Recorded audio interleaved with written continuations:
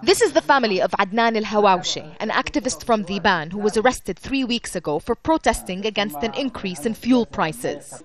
His brother Muhammad says masked pro-government loyalists hurled a large rock at Adnan on the main square in Dhiban. Al-Hawawshi's left eye is seriously damaged. The state-run hospital where he was treated wanted to move him to a more advanced facility. Instead, he was taken to prison. Muhammad tells me heavy-handed tactics used by police during recent protests have changed the way people view the government. Protesters who were against the use of inflammatory language in our chants and slogans now condone them. But we have to be careful because we are approaching a time of confrontation with the government. People here are frustrated. There aren't enough job opportunities and they say the government isn't doing much to help them. Over the last 2 years, Dhiban has become home to a powerful anti-government protest movement. Weekly protests here have been largely peaceful, making reasonable demands for economic and political reforms, up until 3 weeks ago.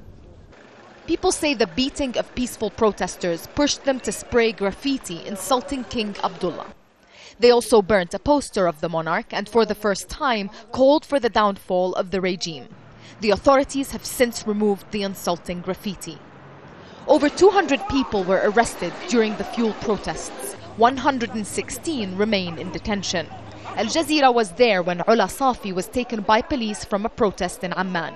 She was released on bail on Wednesday. She says treatment at the El-Shamayleh women's prison was rough. The policewoman beat me and swore at me. She attacked and handcuffed me, and she constantly called me obscene names. Government officials are not allowed to comment on people who have been detained. But the National Center for Human Rights, an independent institution funded by the Jordanian government, issued a report saying it has evidence protesters were beaten in prison.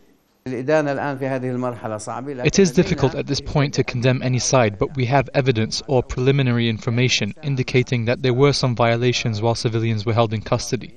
We've also got to investigate whether riot police beat protesters or whether protesters resisted them.